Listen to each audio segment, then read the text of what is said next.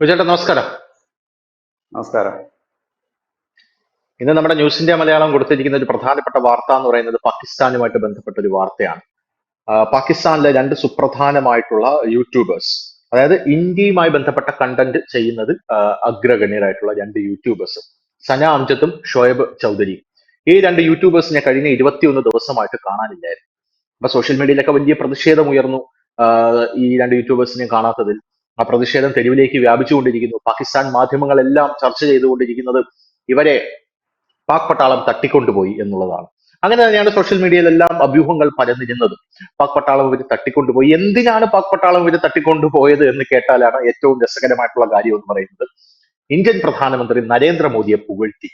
അങ്ങനെയുള്ള കണ്ടന്റുകളാണ് ഇവർ ചെയ്യുന്നത്. ഇതില് സന അംജദിന്റെ യൂട്യൂബ് ചാനലിന്റെ പേര് സന അംജദ് എന്ന് തന്നെയാണ്. ഷോയബ് ചൗധരിയുടെ യൂട്യൂബ് ചാനലിന്റെ പേര് റിയൽ എന്റർടൈൻമെന്റ് എന്നാണ്. അപ്പോ ഈ സന അംജദ് മോദി സദാ ഷേർ ഹേ, അതായത് നരേന്ദ്രമോദി എപ്പോഴും ഒരു സിംഹമാണ് എന്നുള്ള രീതിയിലൊക്കെ അതിനകത്ത് കണ്ടന്റ് ഇട്ടിട്ടുണ്ടായിരുന്നു. ആ കണ്ടന്റ് ഇട്ട ഉടനെ തന്നെ പാകിസ്ഥാൻ ഗവൺമെന്റ് അത് ആർട്ടിക്കിൾ 370 എടുത്തു കളഞ്ഞ ശേഷം നരേന്ദ്രമോദിയുടെ കശ്മീർ സന്ദർശനമാണ് ആ കണ്ടന്റിന്റെ ഒരു ഉള്ളടക്കം എന്ന് പറയുന്നത്. അപ്പൊ അതൊക്കെ പാകിസ്ഥാൻ ഗവൺമെന്റിന് വലിയ രീതിയിൽ അവമതിപ്പുണ്ടാക്കി. കാരണം ഇന്ത്യൻ പ്രധാനമന്ത്രിയെ പാകിസ്ഥാന്റെ മണ്ണിൽ പുകഴ്ത്തുന്നത് അവർക്കത്ര സ്വീകാര്യമുള്ള കാര്യമല്ല.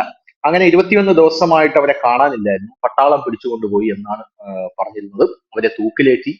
12 യൂട്യൂബർമാരെ കൂടെ തൂക്കിലേറ്റിയിട്ടുണ്ട്. കാരണം 12 പേരെ ടോട്ടലി കാണാനില്ല എന്നാണ് മൊത്തത്തിൽ പാകിസ്ഥാനിൽ. ഈ രണ്ടുപേരും കൂടെ ചേർത്ത് 12 ആവും. അങ്ങനെ ഇരിക്കുന്ന സാഹചര്യത്തിൽ ഈ പ്രതിഷേധം കനത്തപ്പോൾ കഴിഞ്ഞ ദിവസം അവര് ഉടൻ തന്നെ രംഗത്തെത്തി. അവര് രംഗത്തെത്തിയിട്ട് 21 ദിവസത്തെ ദുരൂഹമായ തിരോധാനത്തിന് ശേഷം അവര് രംഗത്തെത്തി. അവര് തങ്ങൾ അനുഭവിച്ച നരക യാതനകളെ കുറിച്ച് പറയാണ്. പക്ഷെ തട്ടിക്കൊണ്ടുപോയത് ആരാണെന്ന് പറയാൻ അവർ തയ്യാറാകുന്നില്ല. ഇതോടുകൂടി ആ അഭ്യൂഹങ്ങൾ തീർന്നു. തൂക്കിലേറ്റിയിട്ടില്ല എന്നൊക്കെ മനസ്സിലായി. ഇൻഫ്ലുവൻസേഴ്സ് ഒക്കെ ഹാപ്പിയാണ് പാകിസ്ഥാനില്. പക്ഷെ തങ്ങൾ നേരിട്ട ഒരു അനുഭവം ഉണ്ടല്ലോ, അതവര് പറയാണ്. ബന്ദികളാക്കി അവര് കഠിനമായി മർദ്ദിച്ചു. പോരാത്തതിന് അവരെ ശാരീരികവും വൈകാരികവുമായി ഞങ്ങളെ വേദനിപ്പിച്ചു. പക്ഷെ ആരാണ് ബന്ദികളാക്കിയത് എന്ന് മാത്രം ഇവർ പറയാൻ തയ്യാറല്ല. അതിന് ഇവർക്കൊരു ഭയം ഉള്ളതുപോലെയാണ് ഇവർ പെരുമാറുന്നത്. പോരാത്തതിന് ഇവർ ഒരു കാര്യം കൂടെ അതിനകത്ത് പറയുന്നു. അതാണ് ഏറ്റവും ഈ വിഷയത്തിലേക്ക് ഏറ്റവും ദുരൂഹമായിട്ടുള്ള കാര്യം. അതായത് ഇന്ത്യയെ പുകഴ്ത്തുന്നതിനും നരേന്ദ്രമോദിയെ പ്രകീർത്തിക്കുന്നതിനും ഒന്നും പാകിസ്ഥാനിൽ ഒരു വിലക്കുമില്ല എന്നും അവർ പറഞ്ഞു. എന്ത് തോന്നുന്നു? ഇത് ഈ പാകിസ്ഥാന്റെ ഈ വാർത്ത ഇപ്പം പുതിയ നമ്മളിപ്പം ന്യൂസ് ഇന്ത്യ മലയാളം ഇന്നത് കൊടുത്ത് എനിക്ക് തോന്നുന്നു മലയാളത്തിൽ ഒരേ ഒരു മാധ്യമം ഇത് കൊടുത്തിട്ടുണ്ടെന്ന് എനിക്ക് തോന്നുന്നു. ഈ വാർത്ത നേരത്തെ മൂന്നാല് ദിവസമായിട്ട് ഇത് വലുതായിട്ട് റേസ് ചെയ്യുന്ന ഒരു സാധനം തന്നെയാണ് ഇത്. അതായത് ഇതല്ല വിഷയം അവിടെ. അവിടെ ശരിക്കും ഇടയ്ക്കിടയ്ക്ക് ഈ യൂട്യൂബർമാരെ കാണാതാകുന്ന ഒരു വലിയ വിഷയമുണ്ട്. കാരണം അതിൻ്റെ അകത്ത് അതിന്റെ ഒരു ലോജിക്ക് എന്താന്ന് വെച്ച് കഴിഞ്ഞാൽ അവിടെ അനവധി ഭീകര ഗ്രൂപ്പുകളുണ്ട്, മതസംഘടനകളുണ്ട്, സൈന്യമുണ്ട്. ഇതിൽ ഏതാണ് സൈന്യം ഏതാണ് ഭീകരന്മാരെന്ന് തിരിച്ചറിയാൻ വയ്യാത്ത പരുവത്തിൽ കിടക്കുന്ന അനവധി പ്രദേശങ്ങളുണ്ട്. അതിൽ ഈ സിന്ധ് പ്രവിശ്യയിലുള്ള ചില ബ്ലോഗർമാർ നേരത്തെ തന്നെ ഈ നരേന്ദ്രമോദിയെ പുകഴ്ത്തുന്നതും ഈ പാകിസ്ഥാനെ താഴ്ത്തി കിട്ടുന്നതുമായ രീതിയിൽ വീഡിയോകൾ ചെയ്തിരുന്നു. കഴിഞ്ഞ ദിവസം ഒരു പെൺകുട്ടിയുടെ വീഡിയോ വൈറലായി. എനിക്ക് തോന്നുന്നത് ഒരു കൊച്ചു പെൺകുട്ടിയാണ്. അപ്പൊ ആ പെൺകുട്ടി പിന്നെ ഈ ഇന്ത്യയുടെ മിസൈലുകളെ കുറിച്ചാണ് അവർ പറയുന്നത്. പാകിസ്ഥാൻ ഇന്ത്യയെ തകർക്കുമെന്ന് ചോദിക്കുമ്പോൾ പറയുന്നത് തകർക്കാൻ പോയിട്ടൊന്നും നിവർന്നു നിൽക്കാൻ പോലും പാകിസ്ഥാന് കഴിയുന്നില്ല. അവരുടെ കയ്യിലിരിക്കുന്ന വിമാനങ്ങൾ നോക്കൂ, അവരുടെ കയ്യിലിരിക്കുന്ന മിസൈലുകൾ നോക്കൂ. അതിൽ ഒന്നോ രണ്ടോ ബ്രഹ്മോസ് എടുത്തു പറയുന്നുണ്ട് ആ കുട്ടി.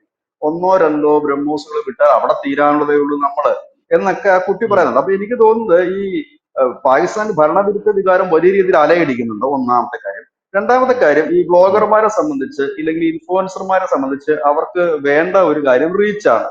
അവർക്ക് കൂടുതൽ റീച്ച് ഉണ്ടെങ്കിൽ കൂടുതൽ ധനസമ്പാദനം നടക്കത്തുള്ളൂ. അപ്പൊ ആ റീച്ചിന് പറ്റിയ കണ്ടന്റ് ആണ് അവരെ കാണുന്നത്. പാകിസ്ഥാനികളല്ല, ഇന്ത്യക്കാരാണ്. ആ ഇന്ത്യക്കാരാണ് വിവിധ രാജ്യങ്ങളിൽ ഇരുന്നിട്ട് ഇവരുടെ ഈ ബ്ലോഗുകൾ കണ്ടിട്ട് ഇവർക്ക് പ്രോത്സാഹനം കൊടുക്കുന്നതും ഇവരുടെ ലൈക്ക് ചെയ്യുന്നതും ഒക്കെ. ഞാനിത് പറയുമ്പോൾ ഒരു കാര്യം കൂടെ ഞാൻ പറയാൻ ആഗ്രഹിക്കുന്നു. ആഫ്രിക്കയിൽ നിന്നോ മറ്റോ ആണെന്ന് തോന്നുന്നു, ഒരു സഹോദരനും സഹോദരിയും മലയാള പാർട്ടികൾക്കൊപ്പോ ഹിന്ദി പാർട്ടികൾക്കൊപ്പോ ഒക്കെ ചുവട് വെക്കുന്ന വീഡിയോകള് ഒറ്റ വീഡിയോയിൽ മില്യൺസ് ആണ് അതിന്റെ വ്യൂസ് ആയിട്ട് വരുന്നത്. അദ്ദേഹത്തിന്റെ പേര് എനിക്ക് അറിയില്ല. ഒരുപാട് അദ്ദേഹം ഇന്ന് എനിക്ക് തോന്നുന്നത് മലയാളത്തിൽ തന്നെ മലയാളികൾക്കിടെ തന്നെ സുപരിചിതനായ ഒരു വ്യക്തിയായി മാറി. അപ്പൊ കണ്ടന്റുകൾ ഇവർ കണ്ടെത്തിയിട്ട് കൊടുക്കുന്നു. ഇപ്പൊ ഇതേ കണ്ടന്റുകൾ തന്നെ ഇന്ത്യയിൽ ഇരുന്നും കൊടുക്കാൻ ഇവിടുത്തെ ബ്ലോഗർമാർക്ക് മടിയൊന്നുമില്ല. പക്ഷെ അവരെ സംബന്ധിച്ച് അവർക്ക് ഇന്ത്യയെ കൊച്ചാക്കി കാണിക്കുവാനായിട്ട് പറയാൻ വേറെ ആളില്ലാത്തതുകൊണ്ടാണ്. പാകിസ്ഥാനിൽ അവർക്ക് ഒരു നേരെ ചൊവ്വേ ഒരു പ്രധാനമന്ത്രിയുടെ പേര് പറയാനില്ല, അവർക്ക് നേട്ടങ്ങൾ പറയാനില്ല, അതെ. ഒന്നും പറയാനില്ല. അപ്പം എവിടെ നോക്കിയിട്ട് എന്ത് പറയും? അതുകൊണ്ട് മാത്രമാണ് ഇവിടെ കൊടുക്കാത്തത്. അല്ലാതെ ഇവിടെ കിടക്കുന്നവർ നല്ല ശുദ്ധന്മാരായതുകൊണ്ടൊന്നും അല്ല. ഇവിടുത്തെ ബ്ലോഗർമാർക്ക് നമ്മുടെ ഭരണകൂടങ്ങളെ കുറ്റപ്പെടുത്താൻ മാത്രമുള്ള ഒരു കാര്യവുമില്ല. പിന്നെ ചെറിയ ചെറിയ പൊളിറ്റിക്കൽ കാര്യങ്ങൾ മാത്രമല്ലാതെ വേറെ ഒരു കാര്യം കുറ്റപ്പെടുത്താൻ ഇല്ലാത്തതുകൊണ്ടാണ്. ഈ പാകിസ്ഥാനിൽ ഇപ്പോൾ ഈ വന്നിരിക്കുന്ന വാർത്തയ്ക്ക് സത്യത്തിൽ ഒരു പുതുമയുമില്ല. കാരണം ഇത് അവിടെ ഒരു കുറെ ദിവസം കുറെ നാളുകളായിട്ട് അവിടെ മാധ്യമ പ്രവർത്തകരെ തട്ടിക്കൊണ്ടു പോകാറുണ്ട്. മാധ്യമ പ്രവർത്തകരെ കുറിച്ച് വിവരങ്ങളൊന്നുമില്ല. പ്രത്യേകിച്ച് ബലൂചിസ്ഥാൻ മേഖലയിൽ മാധ്യമ പ്രവർത്തകരെ കയറ്റാറ് പോലും ഇല്ല എന്നുള്ളതാണ് യാഥാർത്ഥ്യം. ബലൂചിസ്ഥാനിൽ വരുന്നുള്ള പ്രാദേശിക മാധ്യമങ്ങളും മറ്റും പുറത്തേക്ക് വിടുന്ന റിപ്പോർട്ടുകളാണ് ഈ ദേശീയ അല്ല അന്തർദേശീയ മാധ്യമങ്ങൾ വരെ വാർത്ത ആയി നമ്മുടെ ഏജൻസി നൽകുന്ന വാർത്തകളും ഈ ബലൂചിസ്ഥാനിൽ നിന്ന് വരുന്ന പ്രാദേശിക വിവരങ്ങളാണ്. ചൈന മാധ്യമ സ്വാതന്ത്ര്യം ഇല്ലാത്ത ഒരു രാജ്യമാണ്. അവിടെ നിന്ന് അവിടുത്തെ ഏതെങ്കിലും ഒരു പൗരൻ കൊടുക്കുന്ന ആ ഒരു ഇൻപുട്ട് അത് വെച്ചിട്ടാണ് ബാക്കി നമുക്ക് വാർത്തകൾ ഉണ്ടാക്കാൻ പറ്റുന്നത്. ഈ ചൈനയിലെ തന്നെ ഈ അവിടുത്തെ തുറമുഖത്തില് നൂറുകണക്കിന് ഷിപ്പുകൾ, അതായത് ഈ കണ്ടെയ്നറുകൾ ചലിക്കാതായിട്ട് ഒരു വർഷമായി. കാരണം ഈ കോവിഡിന്റെ പശ്ചാത്തലത്തിൽ ആ കപ്പലുകൾക്ക് ആ തുറമുഖം വിട്ടു പോകാൻ കഴിഞ്ഞില്ല. അങ്ങനെ വലിയൊരു സാമ്പത്തിക മാന്ദ്യത്തിലേക്ക്, വലിയൊരു വ്യവസായ തളർച്ചയിലേക്ക് ചൈന പോയി എന്ന് ഉള്ള വാർത്ത വരുന്നത് ഇതെല്ലാം കഴിഞ്ഞ് 1.5 വർഷത്തിന് ശേഷം ഈ ഉപഗ്രഹ ചിത്രങ്ങൾ അപഗ്രഥിച്ചതിന് ശേഷം ഇന്റർനാഷണൽ മീഡിയാസ് അത് പുറത്തുവിടുന്നു. അപ്പോഴേക്കും 2 വർഷം കഴിഞ്ഞിരുന്നു. അവർ പറഞ്ഞു 1 വർഷമായിട്ട് തുറമുഖങ്ങളിൽ അങ്ങനെയാണ് ചൈന എന്ന് പറയുന്ന രാജ്യത്തിന്റെ വാർത്ത പോലും പുറത്തു വരുന്നത്. പാകിസ്ഥാനെ സംബന്ധിച്ച് പറഞ്ഞു കഴിഞ്ഞാൽ മുമ്പ് ഇന്ത്യ വിരുദ്ധ വ്ളോഗുകൾ ഇഷ്ടം പോലെ ഉണ്ട് നമ്മുടെ യൂട്യൂബിൽ. അനവധി വ്ളോഗുകളുണ്ട്, അനവധി പോസ്റ്റുകളുണ്ട്. കഴിഞ്ഞ ദിവസം തന്നെ ഞാൻ ഒരെണ്ണം കണ്ടിരുന്നു. ഈ തുർക്കിയുടെ ഒരു വിമാനം, ഖാൻ എന്ന് പറയുന്ന ഒരു വിമാനം അവർ ട്രയൽ നടത്തിയത്, അത് വെച്ചിട്ട് ഇന്ത്യയെ കളിയാക്കുന്നത്. ഇന്ത്യയും ഒരു പുതിയ വിമാന പദ്ധതി പ്രഖ്യാപിച്ചിട്ടുണ്ട്. ആ പദ്ധതി നമ്മുടെ 5ാം തലമുറപ്പെട്ട വിമാനമാണ്. ആ വിമാനത്തെ കമ്പയർ ചെയ്ത് വീഡിയോ വരുന്നുണ്ട്, അതിന് താഴെ ഒക്കെ വരുന്നുണ്ട്. അപ്പൊ പാകിസ്ഥാനില് നിരന്തരമായിട്ട് ഒപ്പീനിയൻസ് ഒക്കെയാണ് നടത്തുന്നത് ഈ വ്ളോഗർമാര്.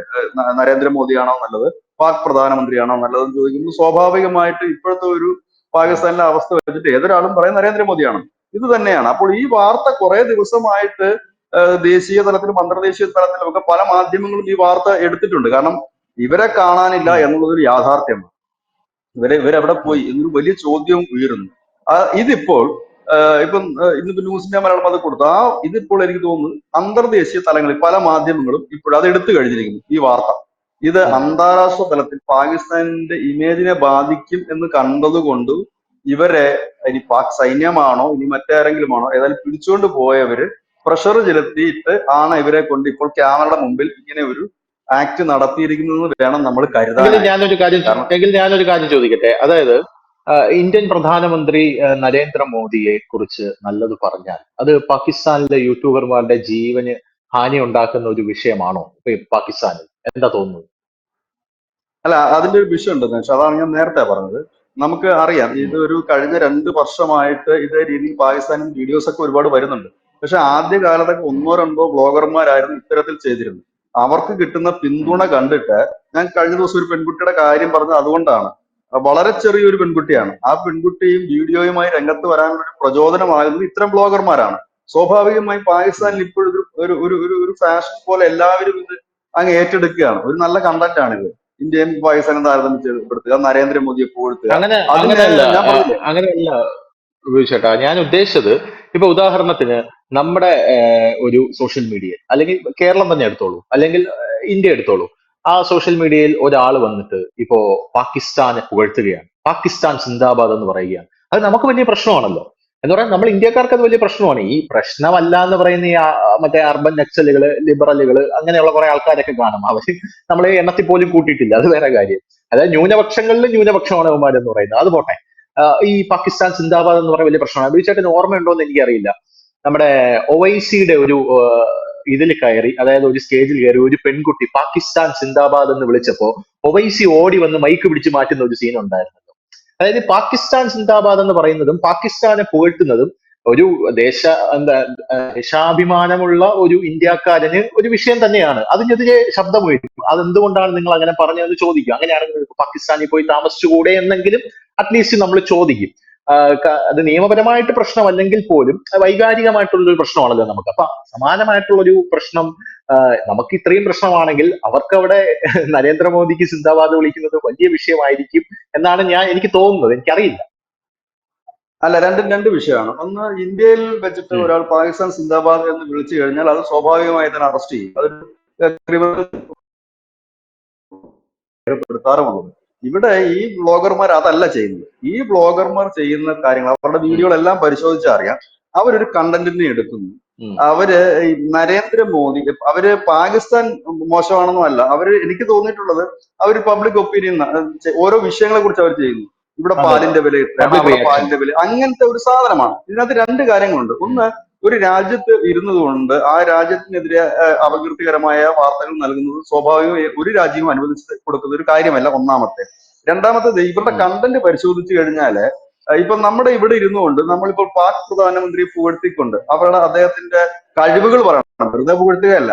പാക് പ്രധാനമന്ത്രി നല്ലൊരു ഭരണാധികാരിയാണ്, ലോകത്തിന്റെ എക്കണോമിക്കാണ് പാകിസ്ഥാൻ എന്നൊക്കെ നമ്മൾ ഫാക്ടുകൾ നിരത്തിക്കൊണ്ട്, ഇല്ലെങ്കിൽ അതിന് യാഥാർത്ഥ്യബോധം ഉണ്ടെങ്കിൽ അത് സ്വാഭാവികമായി അനുവദനീയമാണ്. കാരണം ഇപ്പോൾ നമ്മൾ ട്രംപിനെ കുറിച്ച് പറയുന്നുണ്ട്, പുടിനെ കുറിച്ച് പറയുന്നുണ്ട്, ബെഞ്ചമിൻ നെതന്യാഹുവിനെ കുറിച്ച് ഇങ്ങനെ പറയുന്നത് തെറ്റില്ല. പക്ഷെ പാകിസ്ഥാനിൽ ഇത് എന്തുകൊണ്ടാണ് വിഷയമാകുന്നതെന്ന് ചോദിച്ചാൽ, പാകിസ്ഥാന്റെ അവസ്ഥ ഇപ്പോൾ അതാണ്. കാരണം വലിയ രീതിയിലുള്ള നാണ്യപ്പെരുപ്പം, ജീവിക്കാൻ വകയില്ല, പാൽപ്പൊടിക്ക് വലിയ വില കൂടുതൽ, അങ്ങനെ നട്ടം തിരിയുകയാണ്. ഒരു ഭാഗത്ത് ഇമ്രാൻഖാന്റെ പാർട്ടി, മറുഭാഗത്ത് ഈ താലിബാന്റെ തള്ളിക്കയറ്റം, തെഹ്രിക്ക താലിബാൻ, അതുകൂടാതെ തന്നെ ബലൂചിസ്ഥാൻ വിഷയം, അങ്ങനെ എല്ലാം കൊണ്ടും നട്ടം തിരിഞ്ഞു നിൽക്കുന്നു. അതിനിടയിലാണ് ചൈന പറയുന്നത്, നിങ്ങൾ എത്രയും പെട്ടെന്ന് ഗദ്ദാർ തുറമുഖത്തിന്റെ പണി ഞങ്ങളെ കൊണ്ട് പെട്ടെന്ന് ചെയ്യിച്ചില്ലെങ്കിൽ ഞങ്ങൾ ഈ സാധനം പിടിച്ചെടുക്കും, ഇല്ലെങ്കിൽ നിങ്ങൾക്ക് പൈസ തരണം. അങ്ങനെ പറഞ്ഞു കഴിഞ്ഞാൽ എന്താണ്, മൊത്തത്തിൽ ഒരു തകർന്നു തരിപ്പണമായി ഭ്രാന്ത് പിടിച്ച് നിൽക്കുന്ന ഒരു സാഹചര്യത്തിലാണ് ഇത്തരത്തിലുള്ള വീഡിയോകൾ വരുമ്പോൾ സ്വാഭാവികമായി അതിനെതിരെ സൈന്യവും ഭരണകൂടത്തിനേക്കാൾ അപ്പുറത്തേക്ക് ഈ മതമൗലികവാദ സംഘടനകളും ഇല്ലെങ്കിൽ മറ്റു സംഘടനകളും ഒക്കെ വലിയ വിഷയങ്ങൾ ഉണ്ടാക്കാം. അത്തരത്തിലേക്കാണ് അതിനെ നമ്മൾ നോക്കിക്കാണേണ്ടത്. ഇപ്പം നമുക്ക് കണ്ടന്റ് വെച്ചിട്ട് പറയുന്നത് യാതൊരു തെറ്റുമില്ല. നമ്മൾ വിവിധ രാജ്യത്തിന്റെ തലവന്മാരെ, ഇപ്പൊ ഷെയ്ഖ് ഹസീനെ കുറിച്ച് അവർ ചെയ്ത നല്ല കാര്യങ്ങൾ നമ്മൾ എത്രയോ തവണ വാർത്തയിൽ പറഞ്ഞിരുന്നു, അവർ ചെയ്ത മോശം കാര്യങ്ങളും നമ്മൾ പറഞ്ഞിരുന്നു.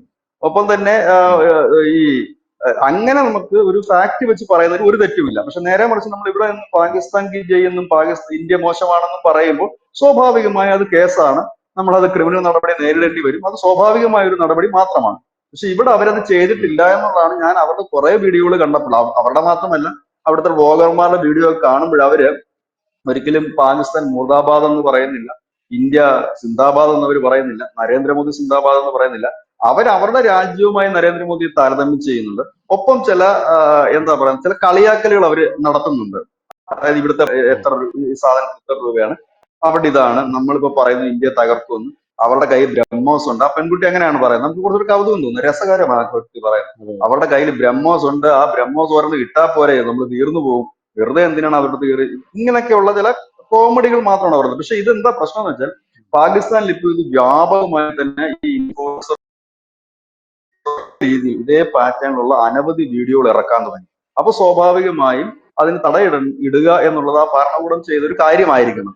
ഏതായാലും ഇപ്പോൾ ഈ വാർത്ത, ഇന്ന് നമ്മളിപ്പോ ന്യൂസ് ഇന്ത്യയിൽ നിന്ന് കൊടുത്ത വാർത്ത, അത് നമ്മൾ കൊടുക്കുമ്പോൾ തന്നെ അത് അന്താരാഷ്ട്ര തലത്തിൽ തന്നെ ശ്രദ്ധ നേടിക്കഴിഞ്ഞിരുന്നു. ആ വാർത്ത പല അന്താരാഷ്ട്ര മാധ്യമങ്ങളും അത് എടുത്തു കഴിഞ്ഞിരുന്നു. അപ്പൊ സ്വാഭാവികമായിട്ടും അത് അവർക്ക് ഒന്നാമത്തെ കാര്യം, ഈ പാകിസ്ഥാൻ ഇപ്പൊ ബ്ലാക്ക് ലിസ്റ്റിൽ നിന്ന് ഗ്രേ ലിസ്റ്റിലോട്ട് മാറിയതേ ഉള്ളൂ. അതിന്റെ ഇടയ്ക്കാണ് ഇനി ഈ കൊല്ലാപ്പ വരുന്നത്. കാരണം ഈ ലിസ്റ്റ് ചെയ്യുമ്പോൾ ഇവരെ ഈ തരം താഴ്ത്തുമ്പോഴത്തേക്കും അതിന് കുറെ ക്രൈറ്റീരിയകൾ പറഞ്ഞിട്ടുണ്ട്. ഭീകര ബന്ധങ്ങൾ, ഭീകരവാദങ്ങൾ, അതുപോലെ ഫ്രീഡം ഓഫ് സ്പീച്ച്, പിന്നെ പത്രസ്വാതന്ത്ര്യം, ഇതെല്ലാം ഈ ലിസ്റ്റിൽ വരുന്നതാണ്. ഈ പാവം പിടിച്ചവന്മാര് ഒരു പരുവത്തിൽ കൊണ്ടുവന്നപ്പോഴാണ് കഴിഞ്ഞ ദിവസം ഈ ഹാഫിസ് സയ്യിദോ എങ്ങാണ്ട് അവിടെ ഒരു വലിയ മീറ്റിംഗിൽ പങ്കെടുത്ത് കാണാനില്ല, ഇല്ലെങ്കിൽ ഞങ്ങൾക്ക് ഇവിടെ ഇല്ല എന്ന് പറഞ്ഞ ഒരു ഇന്റർപോൾ തിരയുന്ന കുറ്റവാളിയാണ് പരസ്യമായിട്ട് വന്നത്. അങ്ങനെ കുറെ വിഷയങ്ങളുണ്ട്. ഏതായാലും ഈ 21 ദിവസമായിട്ട് ഇവര് എവിടെയായിരുന്നു ഒരു ദുരൂഹതയാണ് ഒന്ന്. രണ്ടാമത്തെ കാര്യം, ഇവർ തൂക്കിലേറ്റി എന്ന് പറഞ്ഞത് ഇന്ത്യൻ മാധ്യമങ്ങളല്ല, വിദേശ മാധ്യമങ്ങളല്ല, പാകിസ്ഥാനിലുള്ള ഓൺലൈൻ മീഡിയാസ് തന്നെയാണ് പറഞ്ഞത് അവരെ കാണാനില്ല എന്ന്. അവരുടെ ഓൺലൈൻ സോഷ്യൽ മീഡിയ ഇൻഫ്ലുവൻസേഴ്സ്, ഇവരുടെ കൂടെയുള്ള ആൾക്കാർ പ്രതിഷേധം തുടങ്ങി, അതിഭീകരമായിട്ട് തെരുവിലിറങ്ങി പ്രതിഷേധിക്കാൻ തുടങ്ങി. അല്ല, അങ്ങനെ ഒരു വന്ന സാഹചര്യം വന്നപ്പോഴാണ് ഇന്റർനാഷണൽ മീഡിയാസിന്റെ അല്ലെങ്കിൽ രാജ്യാന്തര തലത്തിൽ ശ്രദ്ധ അതിലോട്ട് വരും, സ്വാഭാവികമാണ്. ഇപ്പൊ കേരളത്തിലിരുന്ന നമ്മൾ പോലും അത് ശ്രദ്ധിച്ചില്ലേ അങ്ങനെ ഒരു വാർത്ത. അപ്പൊ സ്വാഭാവികമായി എല്ലായിടത്തും ശ്രദ്ധ വന്നു കഴിയുമ്പോൾ പാകിസ്ഥാനെ സംബന്ധിച്ച് ഒരു ചീത്തപ്പേരാണ്. അതുകൊണ്ടായിരിക്കണം അവരെ റിലീസ് ചെയ്തിരിക്കുന്നത്. ഏതായാലും അതൊരു പൊതുമാപ്പോ എന്തെങ്കിലും കൊടുത്തിട്ടായിരിക്കും. പക്ഷെ ഏതായാലും ഇന്ത്യയെ പോലെ അല്ല, ഇന്ത്യയിൽ വലിയ സ്വാതന്ത്ര്യം. നമ്മള് ഇവന്മാരൊക്കെ തന്നെ പുറത്തുവിടുന്ന ഇൻഡെക്സ് അനുസരിച്ചിട്ടാണെങ്കിൽ 79ാം സ്ഥാനത്താണ് മാധ്യമ സ്വാതന്ത്ര്യത്തിൽ നമ്മൾ നിൽക്കുന്നത്. അതായത് അതെ അതെ ഇവര് അതെ തന്നെ ഉണ്ടാക്കുന്ന ഇൻഡെക്സ് ആണ് കേട്ടോ. അതായത് ഇവര് പടച്ചുവിടുന്ന ഇൻഡെക്സ് അനുസരിച്ചാണ്. പക്ഷെ ഒരുപാട് ഫ്രീഡം ഉള്ള ഒരു രാജ്യമാണ് നമ്മുടെ ഇന്ത്യ. ഇവിടെ അതെ. പ്രധാനമന്ത്രിയെ വിമർശിക്കുന്നുണ്ട്, തെറ്റില്ല. ആരെയും നമുക്ക് വിമർശിക്കാൻ ഉം. പറ്റും. പക്ഷെ നമ്മള് എന്താണ് പറയുന്നത്, അപ്പൊ ഇതിനൊരു അതിര് വേണം എന്ന് മാത്രമേ ഉള്ളൂ. അപ്പൊ ഒരു വ്യക്തിയെ വിമർശിക്കുന്നത് തെറ്റൊന്നുമില്ല. പ്രധാനമന്ത്രിയെ നമുക്ക് വിമർശിക്കുമ്പോൾ ഓ, വിമർശനത്തിന് പ്രധാനമന്ത്രി വേണ്ടി ആയിരിക്കും. നമ്മുടെ നാട്ടില് വിമർശനമാണോ നടത്തുന്നത്? തന്തയ്ക്ക് വിളിക്കുകയല്ലേ ചെയ്യുന്നത്? അമിത്ഷായുടെ തന്തയ്ക്ക് അതെ അതെ വിളിക്കുന്നു, മോദിയുടെ തന്തയ്ക്ക് വിളിക്കുന്നു. അത്ര ഭീകരമായിട്ടല്ലേ പ്രധാനമന്ത്രി? എന്തിനു പറയുന്നു? പാർലമെന്റിൽ പ്രധാനമന്ത്രിയെ പച്ചയ്ക്ക് ഒരു പറയുന്നില്ലേ രാഹുൽ ഗാന്ധി ടീമും അടക്കമുള്ളവർ? എന്നിട്ട് അവർക്കെതിരെ എന്തെങ്കിലും നടപടിയുണ്ടോ? നമ്മുടെ രാജ്യത്തുള്ള സ്വാതന്ത്ര്യം പോലെ വേറെ രാജ്യത്തും ഇല്ല. എന്നിട്ടും നമ്മൾ ഈ ഇൻഡെക്സിലൊക്കെ പാകിസ്ഥാനും താഴെയാണ് എന്നുള്ളിടത്താണ് എന്നെ അത്ഭുതപ്പെടുത്തുന്നത്. ഇതെന്താണ് നടക്കുന്നത്? അല്ല, നമ്മൾ പല ഇൻഡെക്സിലും താഴെയാണ്. സന്തോഷ സൂചിക നമ്മൾ ബംഗ്ലാദേശിനും താഴെയാണ്. പിന്നെ ആനന്ദ അതെ സൂചിക ശ്രീലങ്കയ്ക്കും താഴെയാണ്. വിലക്കയറ്റത്തിന്റെ കാര്യത്തിൽ പാകിസ്ഥാനും താഴെയാണെന്നാണ് പറയുന്നത്. ഇതൊക്കെ എല്ലാവർക്കും അറിയാവുന്ന ഒരു അതെ. കാര്യമാണ്. പക്ഷെ ഈ വ്ളോഗർമാരുടെ ഇൻഫ്ലുവൻസർമാരുടെയും അതുകൂടെ നമുക്ക് പറഞ്ഞ് ഇത് അവസാനിപ്പിക്കാം. കാരണം അത് ഒരു തരത്തിൽ പറഞ്ഞാൽ വലിയ സ്വാധീനം നമ്മുടെ ലോകരാജ്യങ്ങൾക്കിടയിൽ ഉണ്ടാക്കുന്നുണ്ടെങ്കിൽ ചെറിയ ബുദ്ധിമുട്ടുകൾ ഉണ്ടാക്കുന്നുണ്ട്. അത് ഞാൻ പറയാൻ കാരണം, പാകിസ്ഥാനിൽ പെൺകുട്ടിയെ മാല വയ്ക്കാൻ വരുന്നു. അതിന്റെ ഒരു ദയനീയമായ ഒരു വീഡിയോ കൂടി അതിന് പുറത്തു വന്നു. ആ കുട്ടി പറയുന്നത്, കഴിഞ്ഞ 15 ദിവസമായിട്ട് ഈ ബ്ലോഗർമാര് കാരണം കുംഭമേളയിലല്ലേ? എനിക്ക് എന്റെ ജോലി മാല വിൽക്കാൻ കഴിയുന്നില്ല എന്നാണ് പറയുന്നത്. വളരെ ദയനീയമായിട്ടാണ് പറയുന്നത്. സ്വാഭാവികമായിട്ടും നമ്മള് അവിടെ നമ്മുടെ സ്വകാര്യതയെ കൂടെ നമ്മൾ നോക്കേണ്ടതായിട്ടുണ്ട്. കാരണം അവിടെ ഒരു ജോലി, അതിനെ തടസ്സപ്പെടുത്തിക്കൊണ്ടുള്ള ബ്ലോഗിങ്. ഇതേ രീതിയിൽ പലയിടത്തും ബ്ലോഗർമാര് വെറുതെ ഒരു ക്യാമറ വെക്കുക, വൈറലാകാൻ വേണ്ടി എന്തെങ്കിലും കാട്ടിക്കൂട്ടുക ചെയ്യുമ്പോൾ ഒരു കാര്യം ആലോചിക്കേണ്ടതായിട്ടുണ്ട്. നമുക്ക് 10 പേര് റീച്ച് കിട്ടും, സബ്സ്ക്രൈബേഴ്സ് കിട്ടുമ്പോൾ നമ്മൾ ആ എടുക്കുന്ന സാധനം കൊണ്ട് അവരുടെ ജീവിതം തകർക്കുക നമ്മൾ ചെയ്യരുത്. കാരണം മാധ്യമപ്രവർത്തകർ എന്ന് പറയുമ്പോൾ അവരെ സംബന്ധിച്ച് ഇതെല്ലാം നന്നായി അറിയാവുന്നവരാണ്. കാരണം ജേർണലിസം കഴിഞ്ഞു വരുന്നവരാണ്. ഇവർക്ക് ഇതിന്റെ തിയറി അറിയാം, ഇവർക്ക് ഇതിന്റെ തത്വങ്ങൾ അറിയാം, നിലപാടറിയാം. ഒരിക്കലും ഒരു മാധ്യമപ്രവർത്തകൻ വേറൊരാളുടെ ജീവിതം വഴിമുട്ടിക്കാൻ ചെയ്യില്ല. പകരം പക്ഷെ ബ്ലോഗർമാരെ സംബന്ധിച്ച് അവർക്ക് അടിസ്ഥാനപരമായി ഇതിന്റെ ധർമ്മങ്ങളൊന്നും അറിയില്ല. അതുകൊണ്ട് പല കാര്യങ്ങളും ഉണ്ട് എന്നുള്ളതും ഒരു യാഥാർത്ഥ്യമാണ്. ഏതായാലും പാകിസ്ഥാനിൽ ഈ ബ്ലോഗർമാർ തിരിച്ചു വന്നത് വലിയ സന്തോഷം. കാരണം ലോകത്തെ ഓരോ മാധ്യമ പ്രവർത്തകർ പോകുമ്പോഴും ഓരോ സ്ഥലങ്ങളിലെ ഓരോ ഇടങ്ങളിലെ ചെറിയ സത്യങ്ങളെങ്കിലും കുഴിച്ചുമൂടപ്പെടുകയാണ് എന്ന് നമുക്ക് പറയേണ്ടി വരും. എന്തായാലും പാകിസ്ഥാനിൽ വ്ളോഗർമാർ തിരിച്ചു വന്നതിൽ സന്തോഷമെന്ന് അഭിചേട്ടൻ പറഞ്ഞു. അതിനോട് ഞാൻ യോജിക്കുന്നു. രണ്ടാമത്തെ കാര്യം, ഞാൻ സ്ഥിരം കാണുന്ന ഒരു വ്ളോഗർ ഉണ്ട്, ക്രിസ് ലൂയിസ് എന്നാണ് അദ്ദേഹത്തിന്റെ പേര്. അതായത് ആ പാകിസ്ഥാനിലുള്ള വ്ളോഗർമാർക്കല്ലേ പാകിസ്ഥാനെ വിമർശിക്കാൻ പാടുള്ളൂ. ഇതാണ് ആ വ്ളോഗറിന്റെ ചാനൽ എന്ന് പറയുന്നത്, ക്രിസ് ലൂയിസ്. 5 സ്റ്റാർ എന്നത് അയാൾ എഴുതിയിട്ട് പാകിസ്ഥാനിലെ ഒരു 5 സ്റ്റാർ ഹോട്ടലിൽ പോയി താമസിച്ചിട്ട് അതിനെ വിമർശിച്ചിരിക്കുന്ന ഒരു വീഡിയോ ആണ്. എന്നാൽ എങ്ങനെ ഉണ്ടായിരുന്ന എക്സ്പീരിയൻസ് എന്ന് കാണിക്കുന്നതാണ്. ഈ പുള്ളി എല്ലാ ഹോട്ടലിലും പോയി താമസിക്കും, എന്നിട്ട് ഒരു 5 സ്റ്റാർ ഹോട്ടലിൽ പാകിസ്ഥാനിൽ പോയി താമസിച്ച് അവിടെയുള്ള എക്സ്പീരിയൻസ് എങ്ങനെയുണ്ട് എന്ന് കാണിക്കുന്നതാണ്. നിർബന്ധമായിട്ടും കണ്ടിരിക്കേണ്ട ഒരു വീഡിയോ ആണ് കേട്ടോ, നമ്മുടെ പ്രേക്ഷകർ കാണുന്നുണ്ടെങ്കിൽ. അദ്ദേഹം ഇന്ത്യയിലെ 5 സ്റ്റാർ ഹോട്ടലിൽ വന്ന് താമസിക്കുന്നുണ്ട്. എന്നിട്ട് അദ്ദേഹം അതിനകത്ത് ഇന്ത്യയിലെ 5 സ്റ്റാർ ഹോട്ടലിനെ കുറിച്ചും വീഡിയോ ഇട്ടിട്ടുണ്ട്. അതും കൂടെ ഒന്ന് കാണേണ്ട വീഡിയോ തന്നെയാണ്. ഇത്രയും പറഞ്ഞുകൊണ്ട് നമുക്ക് അവസാനിപ്പിക്കാം. Thank you sir, thank you so much.